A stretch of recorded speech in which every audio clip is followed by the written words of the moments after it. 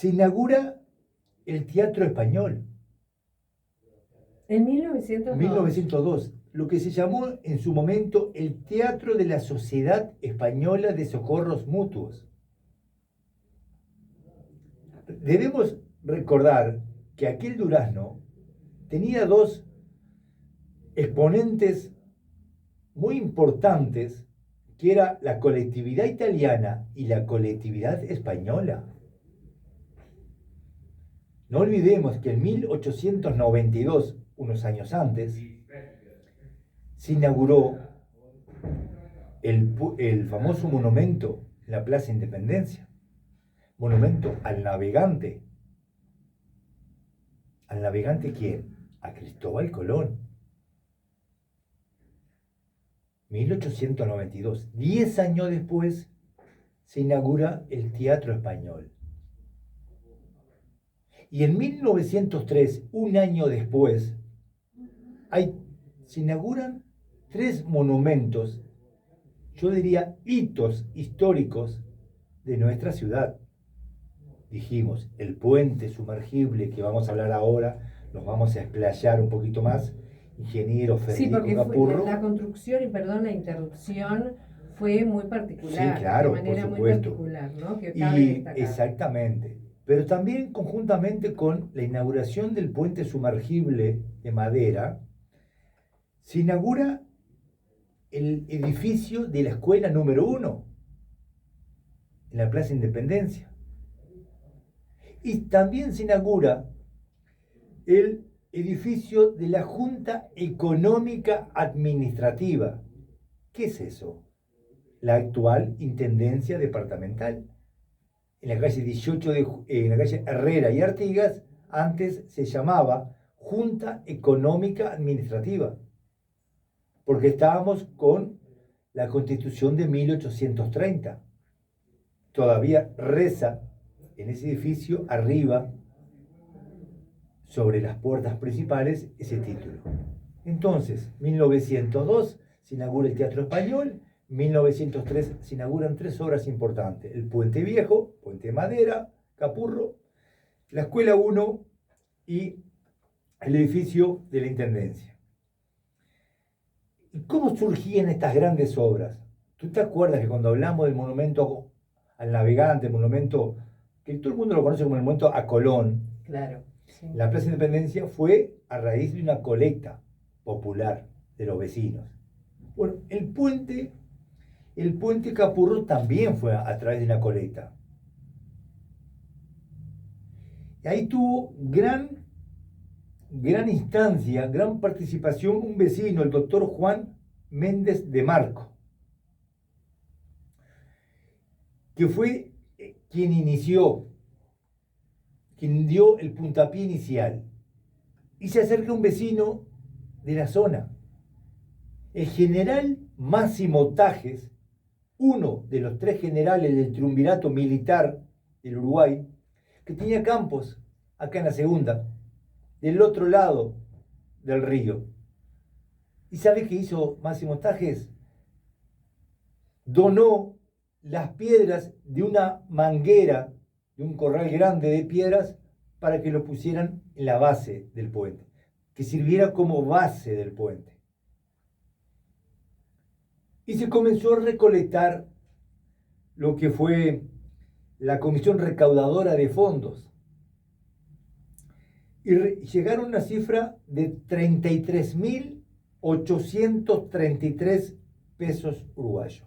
33.833, con 34 si tú quieres todavía. El 30 ahí estaba. Me gustó eso del 33.000. ¿Y sabes cuánto ascendió la construcción del puente? ¿Cuánto costó la obra? Sí, a ver. 29.931. O sea, un superávit. Mirá. La iniciativa popular había dado rédito y logrado, y se hizo ese puente con superávit. Pero acá lo lindo de la historia es que Capurro no se había recibido de ingeniero. Capurro pensó la obra, la plasmó en su tesis y la llevó a la Facultad de Ingeniería para recibirse de ingeniero. Era un puente totalmente construido de madera, en un río que cuando llovía abundantemente existían crecientes que eran muy importantes. La gente cruzaba o por el paso del Durazno, por donde pasó el éxodo con José Artigas en 1811, que queda al lado, o pasaba en balsa, los balseros. Ese era el pasaje del norte con el sur, el norte del Uruguay con el sur del Uruguay. El camino del Rey, que era la actual Ruta 5, llegaba a Durazno y se encontraba con esto, con este impedimento, que había que trasladarse, si el río estaba abajo, en carretas, por el paso.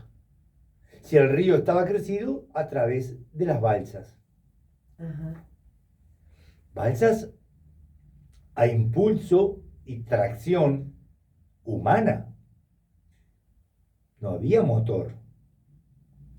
Entonces, yo creo que hay que ubicarnos lo que era la época.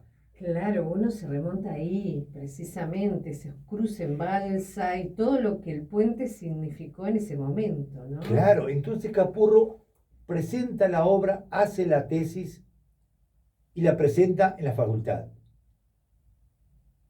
¿Sabe lo que le dijeron? Imposible.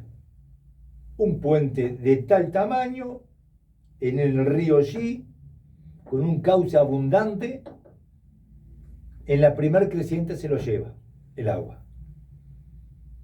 Mirando el proyecto. Mirando el proyecto, la tesis, él presentó la tesis. Sí. El puente, la tesis de él para recibirse era el puente. Lo bocharon, perdió. ¿Quiénes recuerdan a quienes integraban el tribunal, a los ingenieros de la Universidad de la República? Nadie. Pero todos recordamos a Capurro, que se empeñó y lo hizo. Hay una colecta popular, se recaudaron fondos, confiaron en él, confiaron en esa persona, en esa construcción, y le encomendaron la obra. Hágala, acá está el dinero. Y la hizo. Es muy resaltable todo eso, ¿verdad? Eso que puede ser una quijotada, una quimera, bueno, tiene más de 100 años. Claro. Entonces, había que ver lo que eran el pasaje,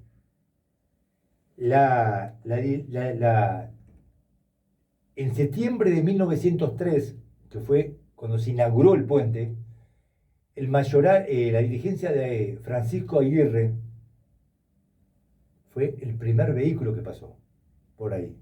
No te puedo Claro. creer. Una Bueno, diligencia. porque hasta ahí no se me había ocurrido Una pensar diligencia. cuál fue el primer vehículo.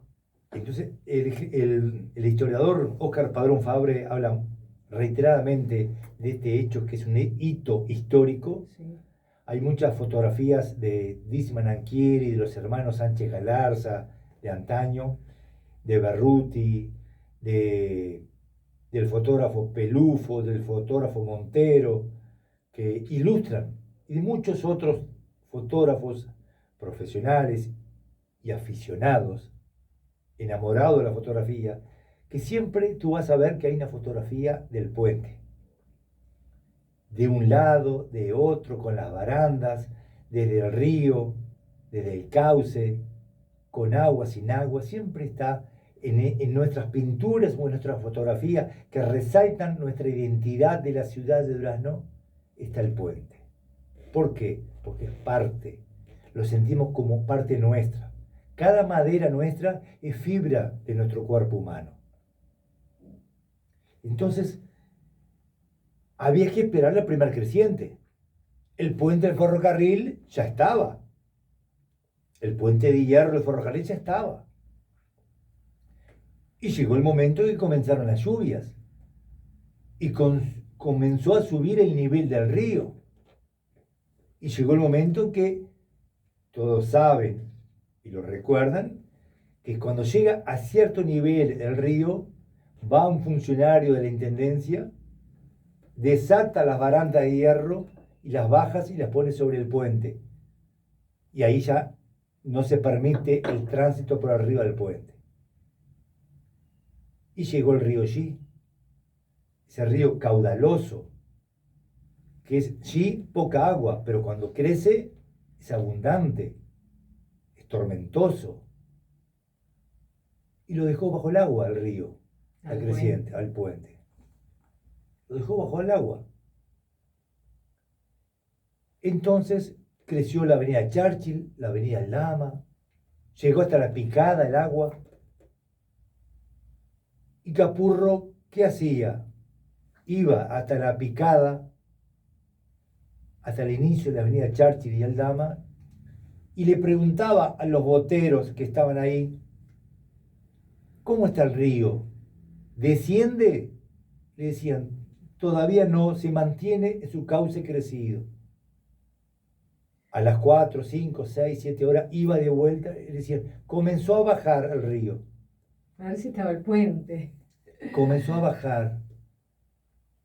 Entonces, ¿qué hizo Capurro? Cuando vio que ya comenzaba a bajar, se fue y se instaló en una de las cabeceras, arriba del puente del ferrocarril, a ver si veía su obra de madera. Y pasó la noche. Fue una noche, una velada silenciosa, donde solamente se sentían el croar de las ranas, los grillos, el cielo estrellado, la luna y el agua que corría. Sentía que el río corría. Dice que cuando comenzó a vislumbrarse el primer amanecer, la aurora, los primeros rayos que querían salir en el horizonte, miró hacia el puente y observó que estaba intacto el puente. Comenzaba a emergir entre las aguas el puente de madera. Y vaya, si han pasado crecientes, sequías, tránsito, en vehículos y caminando, pero siempre uniendo. Ya no es el único puente, porque fíjate tú que el puente de madera se construyó y se inauguró en 1903. El puente de cemento en el río Yi, el puente nuevo, el de hormigón, fue construido en 1964.